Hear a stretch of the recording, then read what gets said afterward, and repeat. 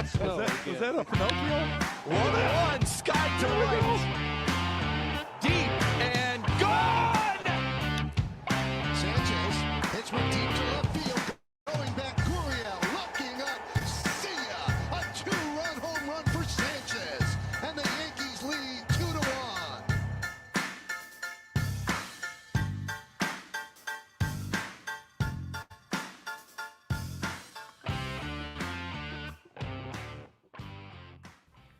What's up, guys? Welcome to another episode of Between the Lines. I'm your host, Kern, and this show is dedicated to all things baseball, MLB. If it happens between the lines, we are going to talk about it. First of all, thank you for joining me tonight. Happy Sunday. Hope everyone had a great weekend and a great weekend watching baseball, too. A lot of awesome games took place and still got another good one tonight, Sunday Night Baseball. As soon as this ends, shut your computer, turn on ESPN, because the Philadelphia Phillies will be taking on the Atlanta Braves for sole possession of first place in the National League East, so that's going to be a good one.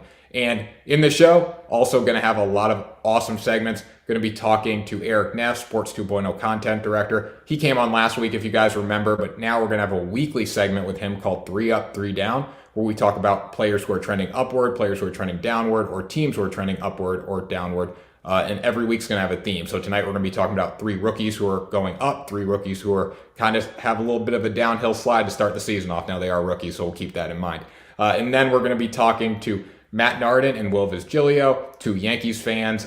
It's called In the Bleachers. It's going to be a new segment where we talk to fans about their team and how they're feeling. Now, these guys are a little upset with the Yankees, and they have reason to be. The Yankees off to a slow start, beat the Rays today, which was good, didn't get swept by Tampa Bay. But the Yankees aren't playing the best baseball right now, which is a little surprising. So I talked to them about their feelings towards the Yankees. We'll have another one of those next week with a new team and a new fan. And hopefully we'll find some fans that are a little happier with how their franchises are doing right now. And that's why I got my Yankees gear on tonight, just to, join in the festivities with them. So let's get into tonight's show. As usual, we'll start with just talking about what's going on around the league. Now, keep in mind, we're only a little over a week removed from opening day. So there's been a few surprises, been a few teams that haven't played up to their ability, been some teams that played way better than we thought they would ever be able to play.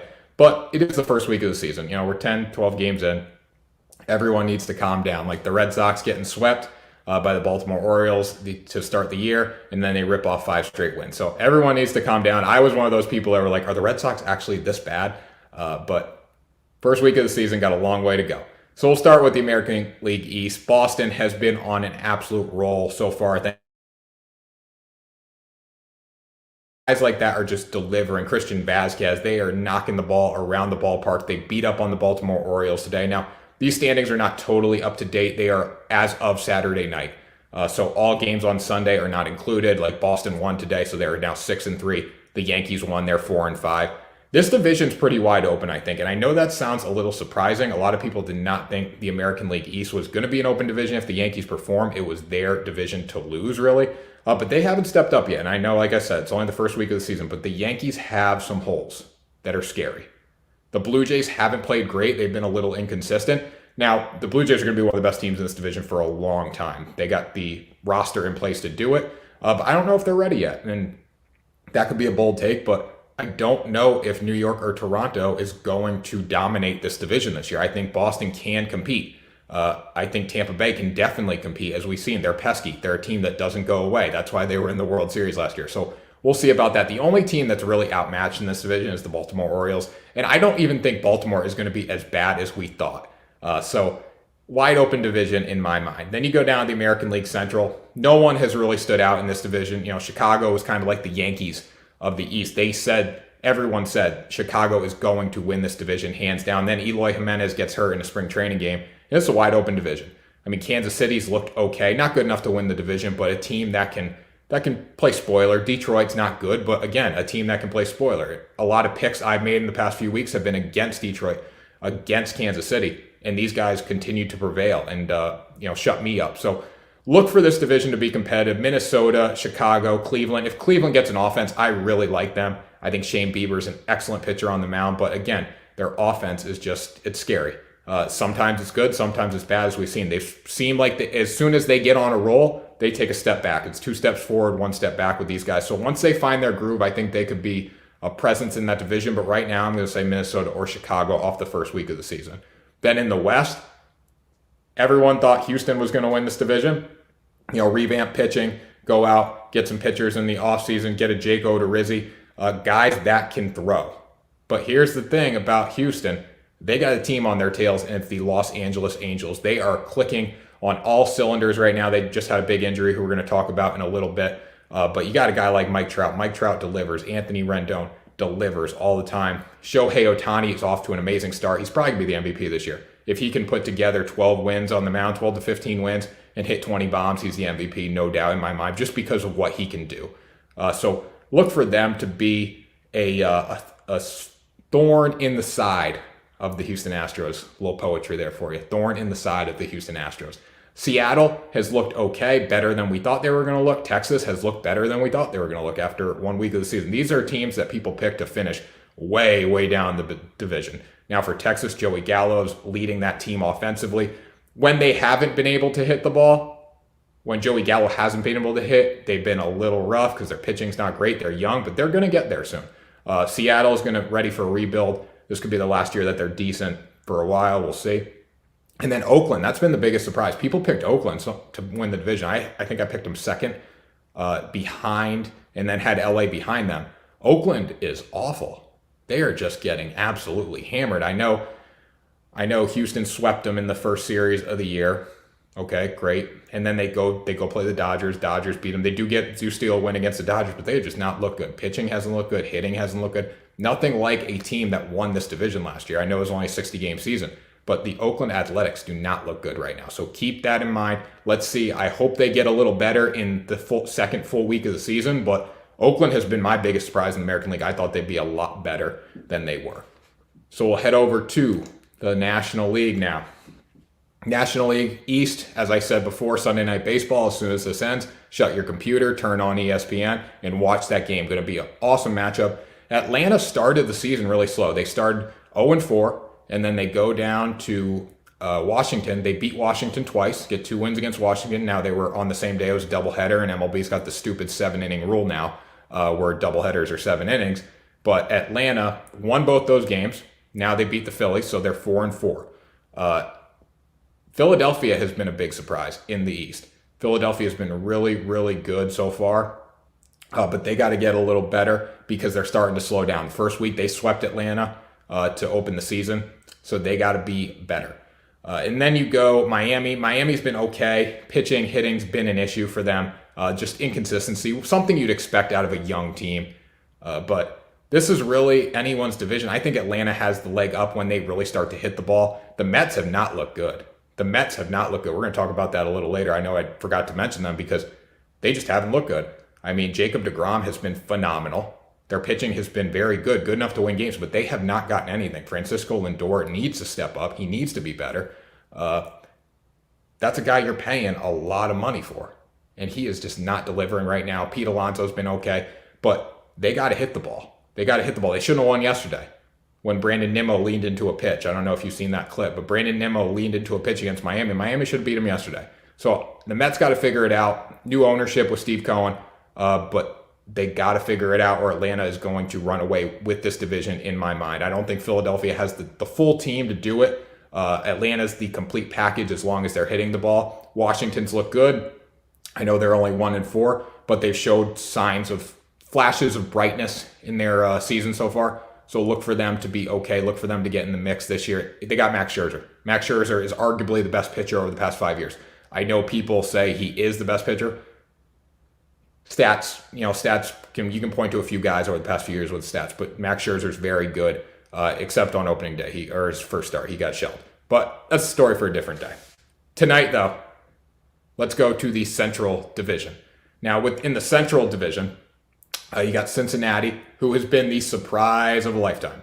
The surprise of a lifetime. That's what you got to know about the Cincinnati Reds. Cincinnati started in the bottom of people's choices to win the National League Central, and now they are dominating. First game of the season, Nick Castellanos gets thrown at, or he hits a home run. Flexes at his own dugout. And then the next day he gets thrown at because the Cardinals didn't like it.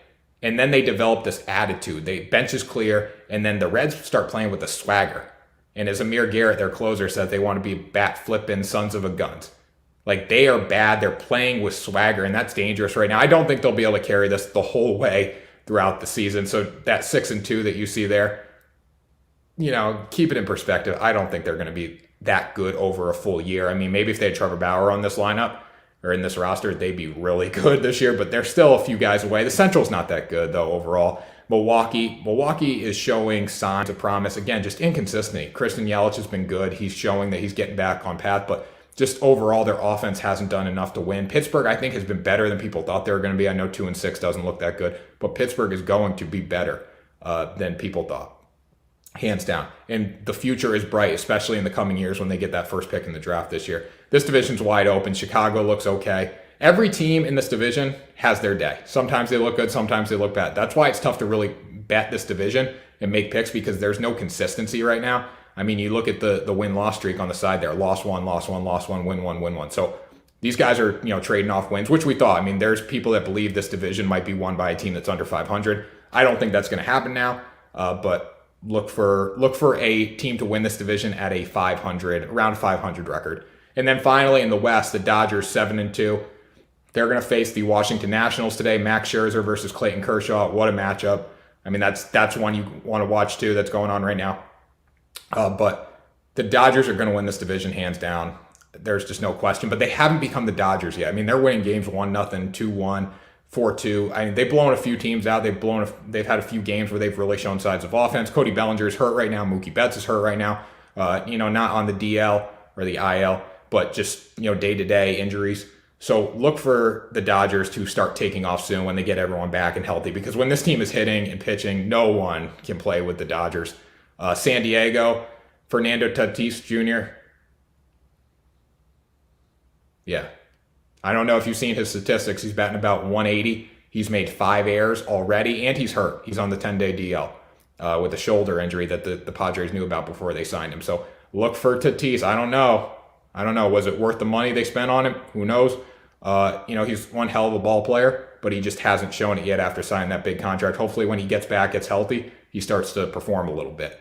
Then you got the San Francisco Giants, Arizona Diamondbacks, Colorado Rockies. 3 teams, not that good. This is a 2-team race. Now, the bottom half of this division isn't as bad as we thought it was going to be, and I think that's overall the theme of the league. The bottom half of the division, bottom half of baseball is not as bad as we thought it was going to be.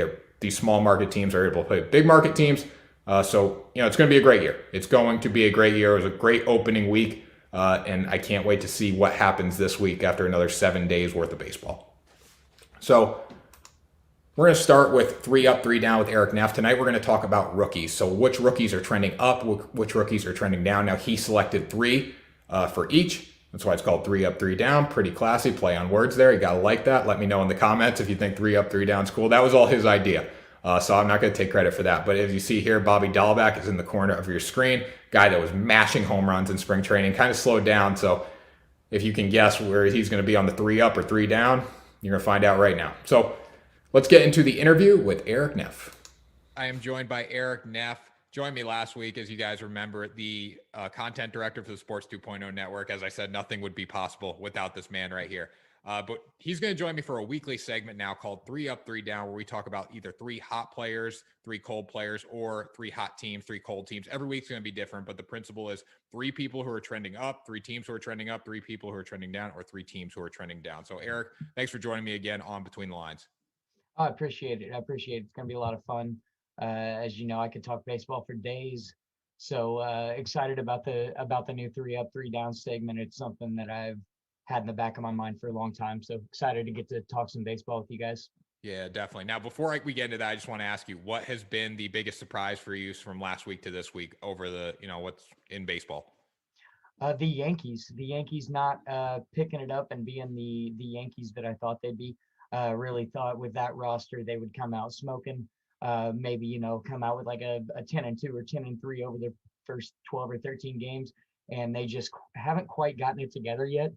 And another thing is the White Sox keeping their head above water without Eloy. Not necessarily a surprise there, but I really thought that Eloy going down was gonna really hurt that team, and they're showing a little bit of resilience there in Chicago and keeping things keeping things going, and hopefully they get Eloy back at the very end of the season, maybe in time for the playoffs or the playoff run in September. Yeah, and a big reason for that is one of the players we're going to talk about in a little bit, but we're going to start with our down players, 3 down. So, Eric, who you got for me? Who's trending downward? Well, it's a kind of a team that we didn't expect a lot for this year. But the first guy I've got this week, we're going to talk rookies. Anybody that kept their rookie status, I kind of looked at going into our 3 up, 3 down this week. So a few of the rookies from last season obviously remained rookies this season, such as the Dylan Carlsons and the Randy Arozarenas and things like that. But the guy I'm looking at right now down for the Boston Red Sox, Bobby Dalbec. I expected big things out of Bobby. Thought he was going to be a fantastic rookie. I don't necessarily think that he's not going to be a fantastic rookie, but right now in 19 plate appearances, the guy has 2 hits. His WAR is in the negative. His BWAR is negative .3 right now. His OBP is 158, and that's coming off a season where last year's OBP was 959, and his OPS was 959, and his OPS plus was 152. So you're just seeing a dramatic drop there in Bobby so far this season. And, the Red Sox aren't the greatest team in the world this year, but I still expect Bobby Dalbec to get it back on track and find some of that power that he had last season. Yeah, I mean, the AL East is so confusing right now because you said the Yankees aren't good. The Red Sox start as a slump against the Baltimore Orioles. Then they come back, they win, they whip off 4 straight wins. You got the Blue Jays who aren't playing great baseball. So, yeah, I agree. I want to see Bobby Dalbec get back on the hot seat, especially after what he did in spring training. I mean, just absolutely mashing balls out of JetBlue Park every single day. So, absolutely. Very good choice there. Who you got next? Next is a guy who I expect also to kind of rebound. Another guy for the White Sox. They're going to be in both halves of our little segment here today. Andrew Vaughn really hasn't gotten anything going yet. He's only got 2 hits in 17 plate appearances. Also has a negative WAR. That's another guy who we expected to really fill in and hit the ball without Eloy in the lineup. And it hasn't been him. It's been another guy, which you said, another guy we're going to talk about later in the 3 up half of this. But I expect Andrew Vaughn to start smashing baseballs again. The guy's got a lot of talent. And though we haven't seen him very much at the major league level yet, I think it's an adjustment for him. He's just getting used to the major league pitching. It's an adjustment period for every hitter as they come into the league. It's just not the same as when you're in the minors and you're seeing one major league pitcher maybe every couple of weeks. Now he's seeing one every day. So I do expect that 2 hits and 17 plate appearances to go way up in the near future. I just hope that pitchers haven't preemptively figured out how to pitch the guy. So still expecting big things from actually all of our 3 down today. I still expect big things from all of them, but Andrew Vaughn, he's got to go on the list today. Yeah, and I think for the White Sox to win the Central, they're going to need something out of Vaughn. They really are. I mean, I know they're getting more production out of the guy we're going to talk about in a little bit. Without Eloy, they're going to need Vaughn to hit. Great choice by Eric all around for his 3 down. Now we got one final guy to go. Who are you picking? The Atlanta Braves outfielder. And usually when we're talking about Atlanta Braves outfielders, we're talking about one of the best players in the league today, Christian Pash. He just hasn't quite got it going yet. He's 2 for 20 on the season. I collected the heck out of his rookie cards, so I was anticipating maybe not another Acuna or somebody like that. But right now he's out there hitting like Austin Riley, and I didn't expect that. So looking for big things out of him still. Right now he's got 1 extra base hit on the season. One of his 2 was an extra base hit. He's only walked once. That's rough. He's batting an even 100. His OPS plus is negative 17, which is that's tough. Now, we're only 10 games into the season, if that. Most teams aren't 10 games into the season yet. So still expect Christian to rebound. I don't expect the superstar that some Braves fans think that he is, but I do expect an everyday outfielder, a guy that's going to make a few all-star teams, a guy that's going to hit for average, and a guy that's got a little bit of power. So I don't think the 2 for 20 with 10 strikeouts is indicative of the way Pash is going to play in the near future. No, the Braves have gotten off to a weird start. Sometimes they look good, sometimes they look bad. Do you think they win the East this year? I do. And I gave the Mets a decent shot this year. I like the Mets team. I love the Frankie Lindor addition. Of course, they have the GOAT out there, but then, things like, things like DeGrom's most recent start happen when he strikes out 14 guys and the Mets lose 3-0. So, And he got a hit. Yeah, That's yeah, what makes it crazy. When the GOAT is out batting the rest of his team, it's never good. But what a day for him! So I really hope to see the Mets rebound there in the East, but I do expect the Braves to be able to win the NL East again this season. Yeah, 100%. So I think we're going to start with a pitcher in the 3-up Yes. segment of this. Yes, So and we're going to let me hear with you got. going to stay with the same team. Going to go with the Braves, and that's Ian Anderson. This guy's ridiculous, which I kind of fell in love with the guy last year. Love the way he pitches. Absolutely love the way he pitches. Last year, he put up 1.3 like that. But right now, he's out there hitting like Austin Riley. And I did 140 strikeouts this season. And in one start, he put up almost half a point in B-WAR. So really can't beat that for a 5-inning outing from a guy. I really expect Ian Anderson to possibly become the ace of that staff this year. Yeah, definitely. Definitely. Now, you look at the Braves. Do you think they have the pitching to win it all without like a Mike Soroka? We don't know what we're going to get out of Mike Soroka yet. Right. Do you think they have enough pitching? That's going to be the thing. Of course, that's what it's going to come down to. I think they're good I think they're fine at starting pitching.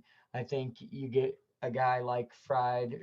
I never know how to say that. All I know is he went to high school with Jack Flaherty and Lucas Giolito, which is awesome. You got him. You've got Anderson. I think they're a solid 1-2 punch. I think they win most of the games that those two start. If they can get one or two more starters to step up the way those two have and can win a good percentage of those games, they'll be fine. Now their bullpen is another story. I don't trust their bullpen at all. I love Will Smith. I think Will Smith is still solid. He's going to come in. He's going to strike a few guys out. He's going to close the games for you. I think they may need some bullpen help. And I think they may be a team you see make a move before the trade deadline and maybe try to go out and get one more starter and another relief pitcher. Offensively, the team's going to get it together. Acuna by himself can do it. He's absurd. He's just starting to see the ball well this year. So I think offensively the Braves are fine. And I think, like you said, it's going to come down to pitching for them. And I think the bullpen is going to be very important for that team. Now I got to ask you before we get to your second player on the 3-up. I know he's a Cardinal and you love talking Cardinals, but before we get into that, I want to talk about the Phillies for a minute. I got to ask you one question. What was your thought about the Phillies revamped bullpen to start the season and what they've done early on? Have they established themselves as a team that can compete in the NL East and possibly get a wild card spot? I think they have. I think they could lock up that wild card, and if they play well enough, I think they could, at least give the Braves a run for their money. Zach Wheeler is absurd. Their bullpen is solid. They're offensively, as long as Bryce Harper's going, I think the offense goes as Bryce goes. And they've got this guy playing third base out there who's also a rookie who almost went on this very list, Alec Boehm, who I am huge on. I think Boehm is going to be a superstar in this game, and I think he's going to be the type of player that can carry an offense into the playoffs eventually. So once again, kind of like you said there, that revamped bullpen, that's where it's going to lie. Can their bullpen hold up down the stretch? Can they limit the runs? Zach Wheeler, I've been huge on Zach Wheeler since he was a Met and couldn't stay healthy. There was a time I wanted my Cardinals to make a run for Wheeler and try to get him on our staff. So huge on Zach Wheeler, but think it really hinges on their bullpen. Think this could be another team that if their bullpen's not holding up, you could see them go make a move before the trade deadline and maybe grab one more relief pitcher, one more starter to keep them in it. Offensively, I think they're going to be fine. Yeah, and I just want to say one thing. JT Realmuto is better than James McCann. Matt, you guys messed up. You should have got JT Realmuto. Absolutely. Should have offered him a bigger deal. You should have got him because he is much better than James McCann. It is already confirmed this early in the season.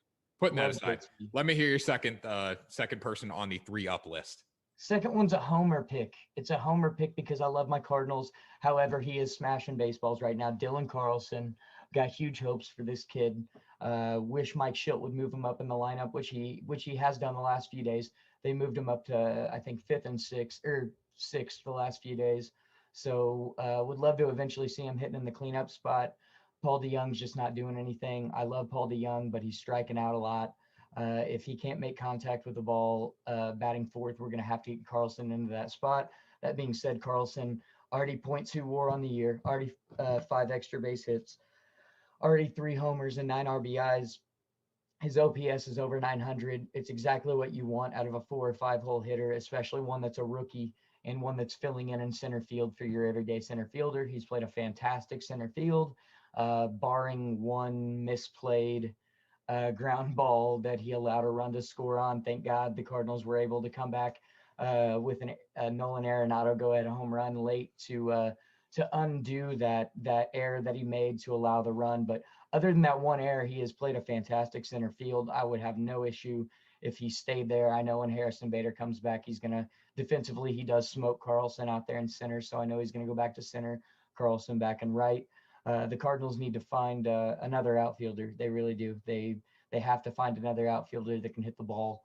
I believe they rank bottom 2 or 3 in basically all major scoring categories amongst outfielders in the majors right now.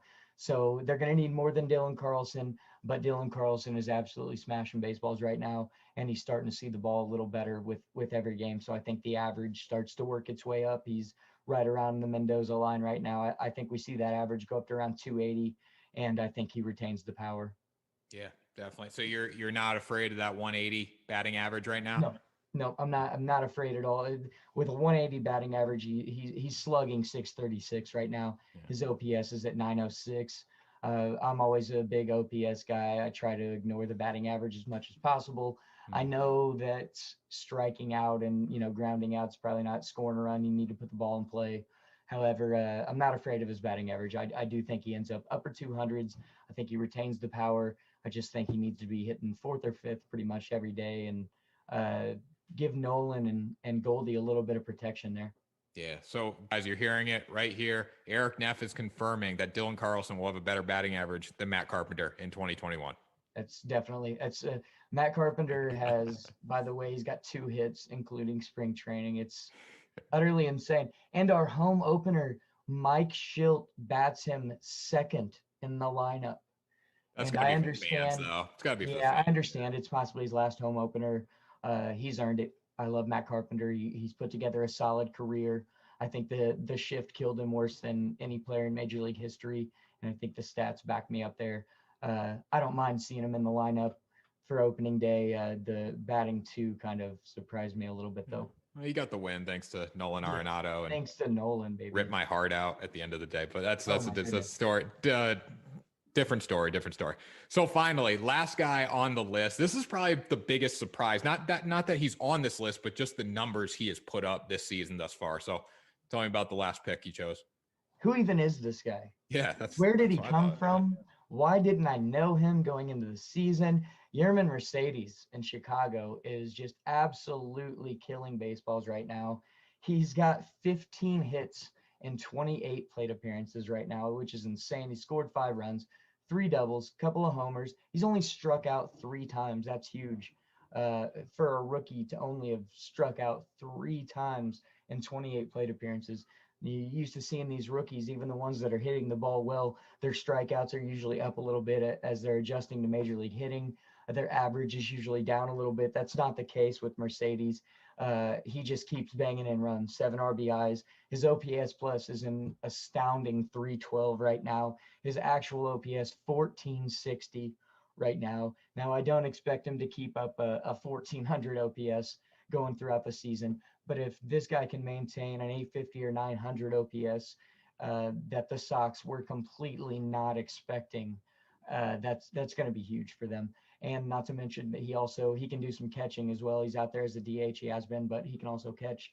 I think this guy's hugely important for the White Sox, especially while Andrew Vaughn hasn't quite gotten it going yet.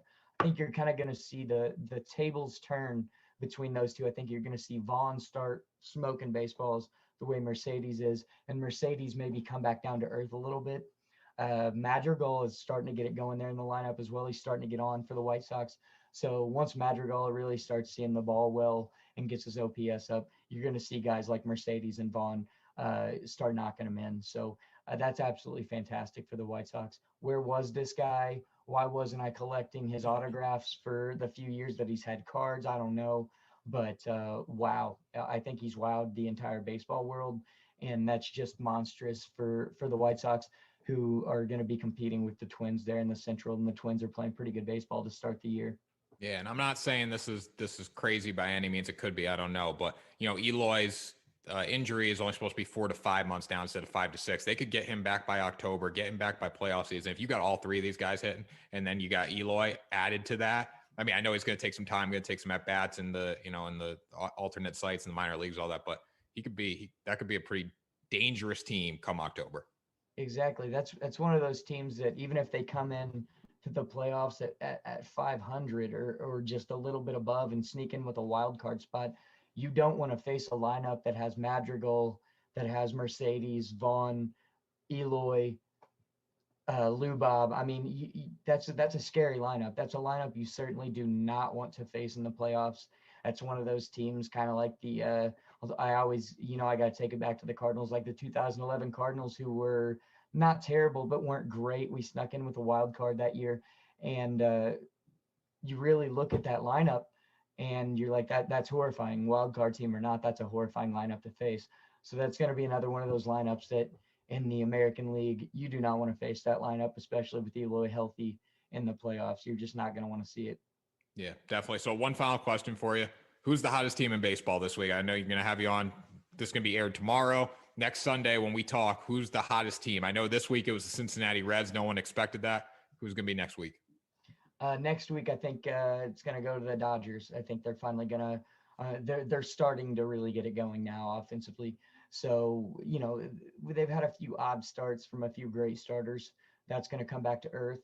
Clayton Kershaw is going to be Clayton Kershaw. Walker Buehler is going to be Walker Buehler. So I really think you're going to see the Dodgers just go nuts this week.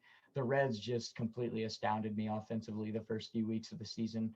The Cardinals, of course, got massacred in the series against them. So, I mean, I'm waiting to see. The guy I want to see take off for the Reds is Aquino. I've really wanted to see him start to take off. I was hoping their offense being so hot would really get him going. He's a rookie that I would love to see just end up on our 3-up list at some point this year. But yeah, I think this coming week, you're going to see the Dodgers become the Dodgers again. And I still think with that lineup, they're the scariest team in baseball to face. So. Yeah, 100%. Well, Erik, thanks for joining me. We'll see if you're right next week for another episode of 3 Up, 3 Down. Thanks, Tanner.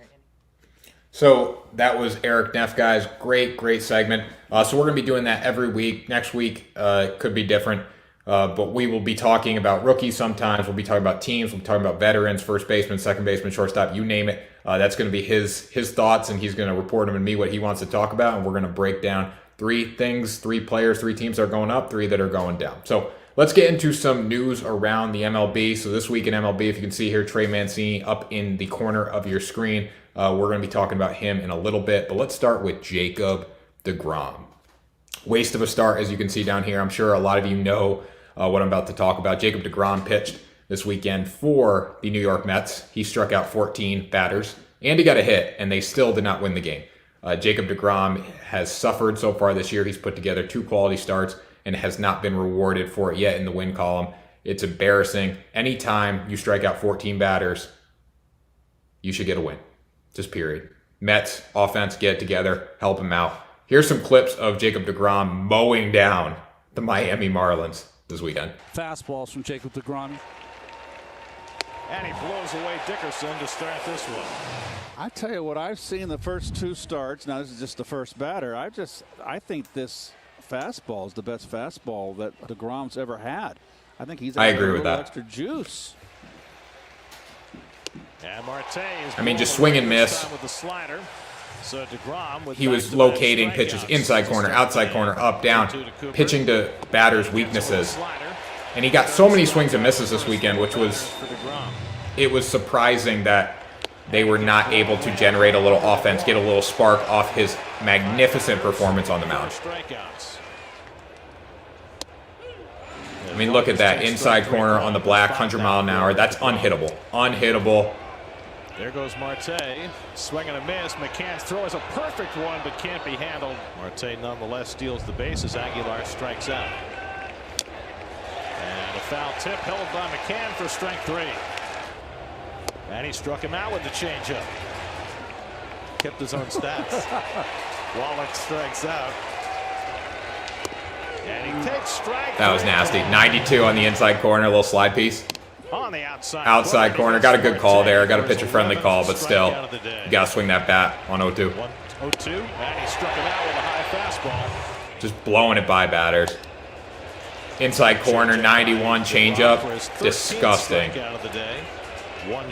And here's his 14th strikeout. Boom. Outside corner. 14 strikeouts for DeGrom. That matches his career high. Fourth time. I mean, it's embarrassing. When you get that outing out of your pitcher, you guys need to hit the ball. Mets, get it together. It could be a long season for you guys. I thought that the Mets were going to be a team to contend in the National League East. I don't know. I think the Atlanta Braves are the team to beat right now, but we will see moving forward. So then we'll get into some injury reports. Now, there's been a lot of injuries, guys, so I didn't want to put them all in here. It would take up the whole show. I mean, people are getting hurt left and right this year. I don't know if it's been more or less than usual, but it feels like it's been more. Let me know in the comments if you think that more players have gotten hurt this year coming off the shortened season. So we'll start with Miggy Cabrera. I mean, he's batting like 180 on the year. He hit a home run on opening day, but still a big face in that Detroit locker room. And they're paying him a lot of money still to be there. But he's, he's old. He's at the end of the career. But one of the best hitters of this generation. So Miggy is hurt. He has a bicep strain, swinging the bat, 10-day DL. It could be a blow to Detroit. I mean, his presence has helped. He's had some big hits this year, but again, he's batting 180. Not good enough. Not good enough. Not good enough. So Miggy is hurt, though. 10-day DL. Look for him to be back soon. And then a big injury was Dexter Fowler on Friday, sliding into second base. Tears his ACL, done for the year. As you guys know, ACL injuries are bad news. This is not a super loss for the Angels, but again, a 35-year-old guy. He's a veteran. Been there a long time. It's going to hurt them more, I think, emotionally, more mentally. This is a guy that you'd like to have in your lineup. He's batting, I believe, 225 on the year. His OBP is about 270, which isn't good. It's not good, but this is a guy that can swing the bat. He can do some things. He's pretty clutch. So this is going to hurt them. And then, some other injuries around the league. Mookie Betts, Cody Bellinger's hurt. Fernando Tatis, that was the big one last week. He swinging the bat, shoulder pops out, 10-day DL. Look for that to be the biggest injury of the season so far. If he can bounce back and recover and rehab that and get back on track, we will see. But so that's some of the injuries around the league. Now, this is my favorite news of the night to talk about. Trey Mancini in opening day, not opening day, I think it was their second game in Baltimore, hits a home run, goes yard for the Baltimore Orioles. Great story, guys. Battled back from stage 3 colon cancer. Just amazing. And he hit another one today as well against the Red Sox, and the Red Sox did win the game. But Orioles made it tight at the end. I think it finished to be like 13-9 or 15-9 in that range. Boston got off to a huge start. Baltimore battled back. But Trey Mancini hit another one today. Here was his first clip, or first home run at Baltimore Park as a Oriole since he came back from stage 3 colon cancer. Mancini, first pitch swinging, drive, deep right center field, way back. It's out of here. Trey Mancini with his first home run of the season. Well, a lot of cutters from Richards. One thing we've told you, 35 home runs last full year, and after missing last year with colon cancer, recovery for that and treatment, out over the plate. 35 home runs, 28 on hard stuff. We saw Mountcastle hit a 9-mile-per-hour home run to right field. This one went even a little farther and a little higher, maybe just. Now, the one he hit today, go check it out on the highlights. He hit about the same part of the ballpark, a little more to right field, but just another great swing out of Mancini. Definitely is going to be the comeback player of the year. If you're not voting for him, if you have a vote for comeback player of the year, and you're not voting for Trey Mancini, you are insane. He is the most deserving player for sure. I mean, battling back from stage 3 colon cancer, that just doesn't happen. And the success that he's having already, vote this guy for American League Player of the Year, or Comeback Player of the Year. Lock it up right now. And then we're going to go to In the Bleachers segment. So we're going to talk to Matt Naarden and Will Visgilio, a couple of my buddies. I played youth baseball with them, but they're diehard Yankee fans. So I'm going to get their take on how the Yankees are doing, and then we will wrap up this show. So I hope you guys enjoy this interview. These guys are a bunch of goons. They're funny guys. So let's get into it. What's up, guys? Welcome to the Between the Lines baseball show. This is a new segment we got going for you. It's called In the Bleachers, where we are talking to fans about their teams and everything in between. So I got Matt Naarden here and Will Visgilio. both diehard Yankee fans. We're going to be talking about the Yankees. We're also going to be talking about the Mets, some other things. First of all, I want to get your opinions on the Yankees. How are they doing right now? I know we had the Gleyber Torres there the other night, which is very bad, but give me your opinion on the Yankees. We'll start with Matt. Well, I'm hearing that they might be trying to trade for Trevor Story, which is interesting because I don't know where they would put him in the infield. He's not. I mean, obviously he would play shortstop. I mean to say I don't know where they would put Gleyber Torres. Like, what do you do with him at that point? Do you trade him for Trevor Story? Trade his ass after that error the other night, right? One error, he's done. Yeah, he's playing too cool. I think Yankees have an attachment problem. Certain players, and they aren't attached to the right players. They almost lost their best player this offseason, DJ LeMahieu. If they didn't pay DJ LeMahieu, I don't even know if I would have watched many games. So sick and tired of the pitching. So many strikeouts. God. Got to put the ball in play. I mean, everyone's up there trying to hit home runs. You got to put the ball in play. They only play their best game when they hit 5 home runs a game, right? Yeah. So as you can tell, these guys are very frustrated with the Bronx Bombers, the Savages. 3 and 4. That's not a good start because they were projected to win the league. Who are you most fearful of in the division? I know you said Toronto earlier, but are you still fearful of Toronto after how they have played so far? Yeah, they don't have Springer back yet. They're not even. I know we're not at full strength either, but I think that much better shape than they are. Without Snell and without who else did the Rays lose? Rays lost Morton, Snell, yeah. Morton. I'm not that worried about the Tampa Bay Rays anymore. No, and the Red Sox are trash, but the Orioles. But the Rays have struggled early, but the American League East is not that strong this year. But the biggest threat is the Blue Jays. It's not even close. Yeah, definitely. Now, what do you think the Yankees need to do to get to that next step? I mean, Judge is already hurt. The injuries has been a big concern for them over the years. Well, what do you think they need to do to get to the postseason and finally win a World Series? Well, I think it starts with the manager, Aaron Boone. He's a fuckhead. Sorry. Got that out. He's an idiot. Yeah. I think there's no stones. More spark. There's no stones. They play so they flat. They said Girardi was a drill sergeant, but there's no emotion. There's no camaraderie. Medium we got no spark under Boone. People like I don't know. I think we should play through injuries. That's something you got to learn how to do. Yeah, definitely. Now I'm a Yankees fan. I'm a baseball fan, so I like all teams. So I don't follow the Yankees as close as you guys, obviously. But we go back to that moment where Aaron Boone said, "My guys are effing savages in the box," and I thought there was a spark there. I thought he looked good. But you guys are telling me Boone he doesn't have enough spark in the dugout. I don't think he has enough control, to be honest. You can say whatever he wants, but is he really rallying those guys? I mean, that just took headlines because, it got caught on camera. I mean, think about what every other coach says.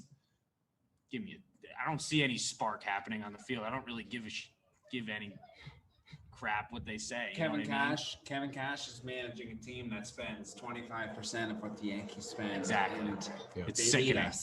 Yeah. The Dodgers don't have any problem winning games right now. Yeah. Why can't we win games like the Dodgers? Now, how do you think the Dodgers have played so far this year? I mean, they've lost a couple of games. Last night, they only scored a run. We're recording this on Saturday, so you guys will see this on Sunday. But last night, only scored a run. What's your thought on the Dodgers? Are the Dodgers a realistic championship threat like everyone is saying they've been? Hell yeah. The Dodgers are going to be in it. I'll be honest with you, I don't watch a lot of the Dodgers because they're on West Coast time, but they'll be in it. They're too good of a team, and they're not like the Yankees where they'll just fall over and lose 3 games to the Orioles. 5 teams in the National League that make the playoffs over the Dodgers? No, I'm just saying like World Series wise. Do they get there and do they win it again? Where's the hole in that roster? Exactly. I don't know. They just haven't looked as good as I thought they would look early. And I know it's only a week. I know like the Red Sox got swept by the Baltimore Orioles and we're all like the world's ending because the Baltimore Orioles swept them and it's the first week. But you still see things that, give off some opinion or give off some. It's a long season. Yeah, it's a long season. It's a long season, 162 but the Nationals games. A couple of years ago they were 10 games under 500 and ended up winning the World Series. Can't go based it's on about the first week. getting hot at the right time, but if there's bad things happening like what we see with the Yankees right now, once again, the injuries, if I see one more groin injury, I swear to God, I'm going to root for the Mets. So let's talk about the Mets. Are they, I wrote an article on Francisco Lindor and I called him the king of New York. Are the Mets going to be the new team in New York? Are little kids growing up in the Bronx going to say, you know what, I want to go over to Queens and watch the Mets instead of the Yankees? Do you think they're the new team in New York? Steve Cohen being there, they're going to outspend us for sure. And I think that as it stands, their roster is definitely better than ours. I don't see how I could argue against the Mets being the better team in the long run. I think that Lindor signing really showed a lot, though, because they haven't spent a lot of money in the offseason. Syndergaard comes back and pitches well. That is the second best rotation in baseball. Their pitching is unmatched. They just make stupid errors is what happens with the Mets. They start throwing the ball around and they let up, meaningless runs. That win the other night with what's his face leaning into the pitch at the end of the game, I thought it was a little bush league, but hey, you got to do what you got to do to win baseball games, Damn right. Yep. So let's talk about the Yankees pitching rotation because I think that's a little concerning. You got Garrett Cole, obviously one of the best in the game. But then you go to Tyon and you go to Kluber. Kluber's a little washed. Today, Domingo Germán's going for him. Do the Yankees need to go get another arm if Severino can't become the guy when he gets back and gets healthy? Yeah, they definitely need to go get another arm. If they want to be relevant, go get another arm. They don't have the pitching staff, and I don't got the money. Necessarily look around at the American League and think that there's a team that has a phenomenal pitching staff. But if you want to win a World Series, you got to get through the Dodgers or the Mets, and I don't see Corey Kluber being your number 2 being enough. No, especially after what we saw yesterday. Yeah, he was definitely a little rough yesterday. Yeah, Sheld's a good he's word for it. This morning, he's probably running about 50 pulls. Now, are the Yankees going to be in the ALCS? I know we're worried. Everyone's worried about the Dodgers. You're judging yourself off the Dodgers. Do the Yankees get to the ALCS this year as two Yankees fans being unbiased here, though? Do they get there? Willie, I'll start with you. Not if they're playing the way they are right now. It's such a tough question to answer right now. There's such a variable of who's going to be healthy. Exactly. Because with Judge already hurt, that's especially. the biggest thing. If the Yankees are healthy, they're still, in my opinion, the top 2 team in the American League. Yes. Yeah. I think the Astros have fallen off. I think that the Rays have fallen off. Yeah. Blue Jays are coming back. Chicago's better, and Toronto, like I said, is pretty good. Yeah. Yankees are still top 2, and there's Severino, like you said, if he comes back, that's huge. I think he's better than Kluber. I think he becomes your number 2. And I've been saying this for a long time. The Yankees need more than DJ LeMahieu to hit over 280. You can't have everyone on the team hitting 220, 205, 210, and that's not winning baseball. Even if you have one game or a couple games where you hit 5-6 home runs and things look good, that's not a winning formula in the long run. Yeah, definitely not. Will, I want to ask you a question about Giancarlo Stanton.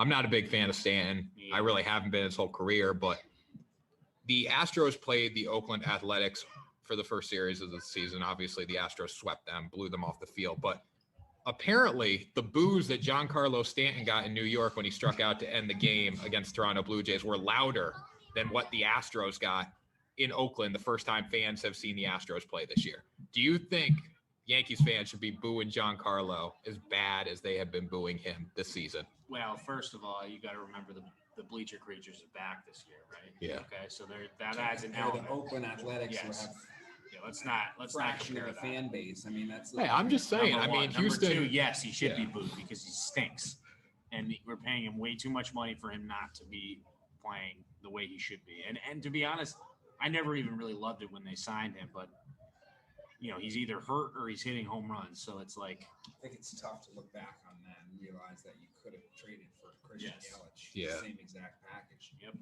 Less money. Yeah. So let's expand outside the American League East and the American League in general. I want to hear first of all, who's your guys' favorite players?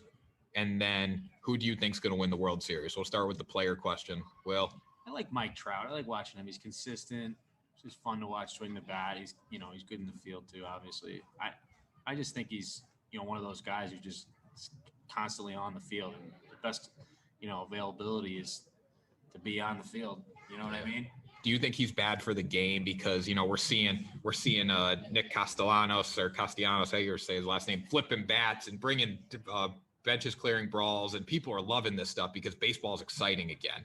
But a guy like Trout just shows up to the yard every day and does the work. Do you think we'd like to see a little more animated out of Trout? Would you like to see that? He's been in the league a long time now. I think he's kind of settled in, but he's just one of those guys. Again, he's just consistent. He's fun to watch. I wish he didn't sign such a big contract with the Angels. We can get him in New York, but he deserves every penny. Yeah. And as far as who I think is going to be in the World Series, the Dodgers are clear cut. They don't shine. I know that lately they've fallen off a little bit, but what's fallen? I mean, it's a long season. That they have all the pieces in place, and I don't see anybody really touching them until someone's ahead of them in the standings. Yeah, definitely. So Matt, what do you think? Well, first of all, who's your favorite player, and then we'll get into the My World favorite Series. player right now is Garrett Cole, just because he's a pitcher. Got the same haircut as you. Got love for the pitcher. Yeah, the hair.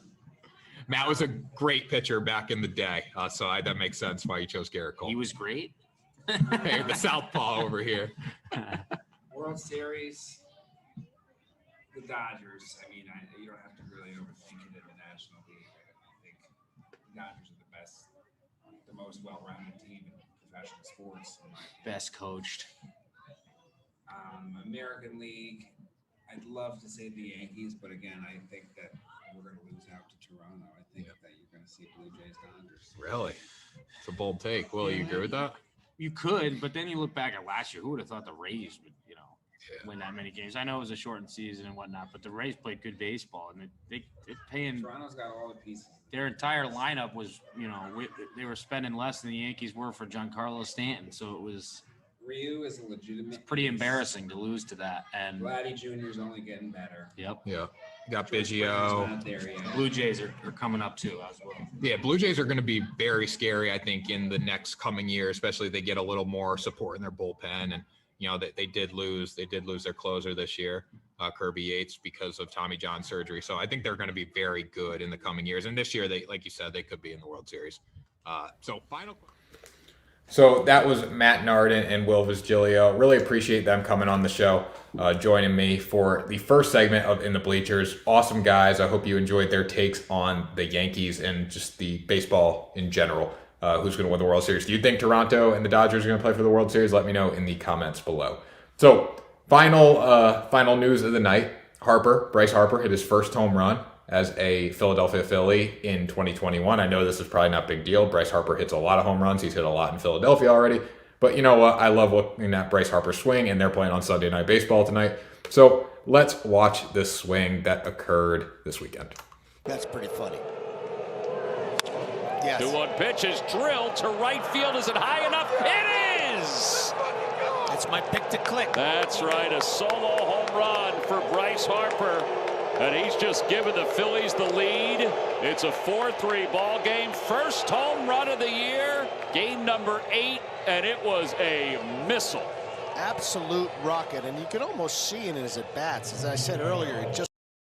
Now, unfortunately, defensive error caused the Philadelphia Phillies to lose this game yesterday. But hey, you know what? Bryce Harper's back. He's hitting home runs. That's a good sign for tonight on Sunday Night Baseball. So thanks for joining me tonight. Like I said before, close the computer in 1 minute, turn on ESPN, watch Sunday Night Baseball between the Philadelphia Phillies and the Atlanta Braves for first place in the National League East. Should be a great game. If you want to connect with me on Twitter and Instagram, go to @TannerKern. It's @TannerKern_ on Twitter, but if you search @TannerKern, you're going to find it. And then @Sports20 Network on Twitter. It's actually Sports 2.0 Network, as you can see in the logo in the corner of your screen. But Twitter does not let you have periods in your hashtags. Work on that Twitter because we would like to put @Sports 2.0 Network. But anyways, search those. You'll find it, guys. Connect with us. And keep in mind, every morning I'm giving you my MLB daily picks. I'm currently like 25 games over 500 right now, so doing pretty well. Those are aired every morning on the Sports 2.0 Network YouTube channel, so check those out. Thanks for joining me. Have a great week, and I will see you guys next Sunday at 6 p.m. for another episode of the Between Lines Baseball Show.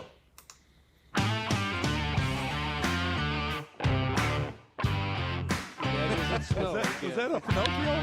1-1, sky to right.